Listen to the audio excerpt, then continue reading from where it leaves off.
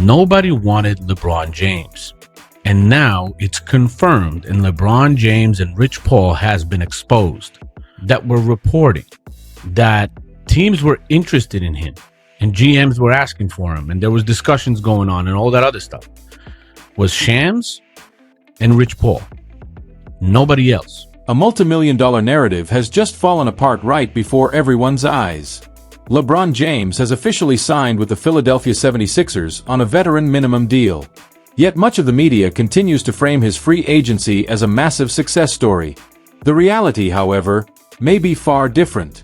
Beneath the headlines is a shrinking market and another attempt to join a team already positioned to compete for a championship. Do you think LeBron accepted a 90% pay cut purely out of selflessness?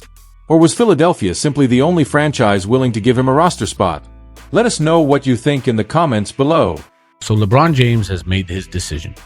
LeBron James made his decision and he decided to go to the 76ers, the Philadelphia 76ers. Now, I said in the intro that I can prove to you that nobody else really wanted him to play for his team.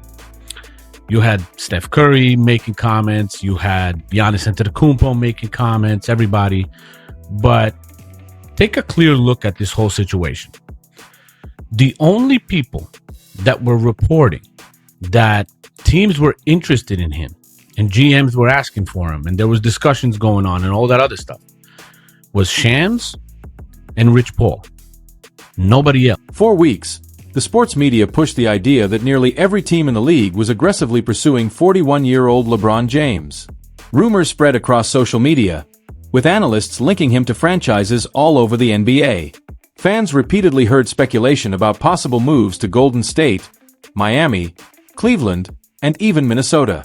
But once you separate the headlines from the facts and look at what actually happened inside NBA front offices, the story changes dramatically. Despite all the rumors, not one general manager, team president, or franchise owner from those frequently mentioned teams ever publicly confirmed that they had genuine interest in signing LeBron James. The only GM that was on record on the Rich Paul podcast was the 76ers GM asking LeBron James to come to the 76ers. There is no other GM or team owner or president that you can show me that there is proof of them wanting LeBron James on their team. The 76ers were the only team that expressed interest in him for the bare minimum, the veteran minimum. And that's what he took. He took the least amount of money. And he also went by his history, basically choosing the team that was the most stacked out of all. The only people openly talking about teaming up with LeBron were fellow NBA stars such as Stephen Curry and Giannis Antetokounmpo. While those comments generated plenty of buzz, player opinions don't determine salary cap decisions, contract offers, or roster construction. Those choices are made by front offices. As time went on, media personalities like Rick Booker and Stephen A. Smith began acknowledging what many fans had already noticed. There was little evidence that other teams were preparing serious contract offers. When free agency played out, the Philadelphia 76ers emerged as the lone franchise willing to offer LeBron a veteran minimum contract.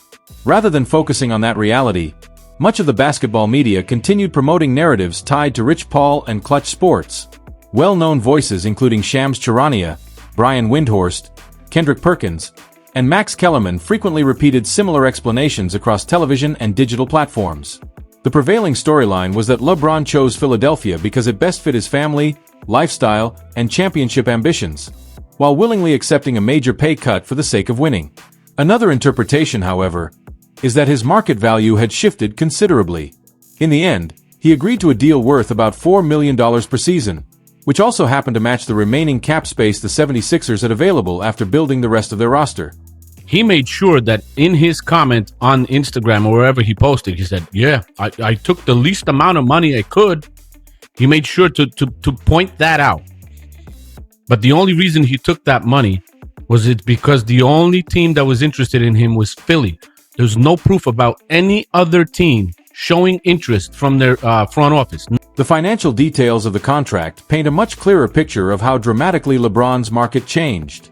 In his final season with the Los Angeles Lakers, he earned $52.6 million under the second year of his maximum contract extension. By comparison, his move to Philadelphia came on a 2-year, $8 million contract that includes a player option for the second season. That represents a drop of more than $48 million per year, roughly a 92% decrease in annual salary. In professional sports, it's uncommon for players to walk away from that much money if multiple teams are competing with larger offers. Notably, the Philadelphia 76ers general manager was the only executive publicly connected to LeBron's recruitment, discussing on Rich Paul's podcast how the organization approached him about joining the team on a veteran minimum deal. The storyline gained even more attention after LeBron shared a statement on social media explaining that he accepted the smallest contract possible to help the team remain financially flexible. The move was widely presented as a selfless sacrifice in pursuit of another championship. Another way to interpret the situation, however, is that the veteran minimum may have simply been the most realistic path available if he wanted to move on from Los Angeles. Around the league, front offices must carefully weigh the financial commitment involved in signing an aging superstar, particularly one expected to carry a major offensive workload while requiring managed minutes and reduced defensive responsibilities over the course of a long season. He went to Miami, which is stacked, Cleveland, which is stacked. Then he went to, what did he do? You got Cleveland, Miami. He went to the Lakers with Anthony Davis, which was stacked. And now he's going to the 76ers, which are stacked as well. You got Jaylen Brown, you got Maxey, you got Embiid, now you got LeBron James. It's his whole history, his whole career. He wanted to join every single team that was as stacked as it possibly could have been. During an appearance with Stephen A. Smith, Hall of Famer Charles Barkley shared a candid reaction to LeBron James' decision. Barkley admitted he was surprised by the move and said he initially expected LeBron to finish his career with either Cleveland or Miami, two franchises with far deeper personal and historical significance for him. Barkley also pointed out that LeBron has no meaningful connection to the city of Philadelphia or the 76ers organization, making the signing seem unexpected from an emotional standpoint. From a basketball perspective, however, Barkley explained that the situation looked very different. He highlighted the team's off-season acquisition of Jaylen Brown as a major factor, arguing that it significantly strengthened Philadelphia's championship outlook. Barkley added that pairing LeBron with a Cleveland squad that had already reached the Eastern Conference Finals would have made the Cavaliers overwhelming favorites in the conference. Even so, he believes LeBron's arrival in Philadelphia immediately places the 76ers among the strongest contenders in the East, regardless of any lack of historical ties between the player and the franchise. Your initial reaction upon hearing the news that LeBron James is going to Philly? Shocked. Because I wanted him to go back to Cleveland. I mean, he has no affiliation with the 76ers. He has no affiliation with the Warriors. You know, the Miami thing I could deal with. I could deal with that, honestly, if he went back to Miami, but he has no affiliation to the Sixers or the Warriors. So I was just hoping I was really hoping he'd go back to this Cleveland.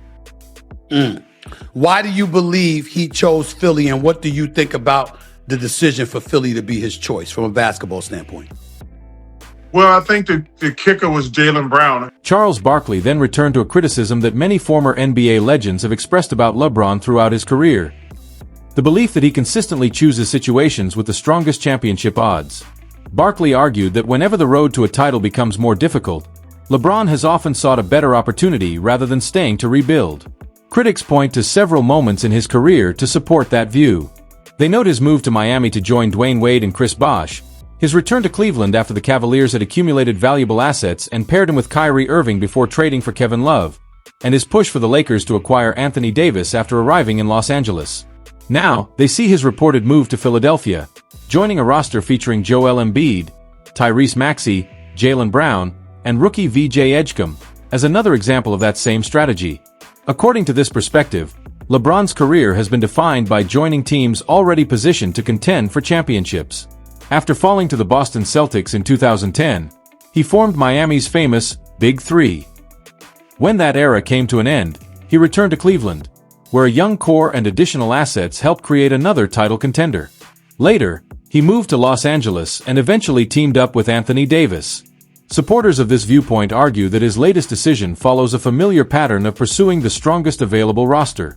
Looking strictly at results since the Lakers' 2020 championship, critics also point to the team's uneven postseason performance. Over his final 4 seasons in Los Angeles, The Lakers experienced multiple early playoff exits and missed the postseason more than once. While LeBron continued producing impressive individual numbers despite his age, the team's playoff success declined, fueling questions about the value of committing another maximum-level contract to a player entering his 40s. His evolving style of play has also become part of the discussion. Advanced statistics suggest that his outside shooting efficiency has declined compared to earlier stages of his career, while his greatest strengths now revolve around elite court vision, passing, basketball IQ, and playmaking rather than consistently carrying the scoring load. The reported move generated intense debate throughout the basketball world. Television analysts, sports writers, podcasts, and online communities all offered different interpretations. Some described the decision as a calculated attempt to maximize his remaining championship opportunities, while others viewed it as another example of ring chasing. Fans remained divided, with supporters believing his leadership and experience could elevate Philadelphia, while critics questioned how the move would affect his all-time legacy. The biggest concern surrounding Philadelphia is health and chemistry. Joel Embiid has dealt with injuries throughout his career, while LeBron is preparing for his 24th NBA season. If either star misses significant time, the team's championship aspirations could quickly become much more difficult. There's also the challenge of fitting multiple star players into one system. Tyrese Maxey and Jaylen Brown thrive with the ball in their hands, and integrating another primary playmaker requires adjustments from everyone involved. Throughout LeBron's career, teammates have often adapted their offensive roles to complement his playmaking ability, making chemistry one of the biggest storylines to watch. From a historical perspective, LeBron's career path continues to spark comparisons with other NBA legends. Michael Jordan won all 6 of his championships with the Chicago Bulls. Kobe Bryant spent his entire 20-year career with the Los Angeles Lakers while winning 5 titles.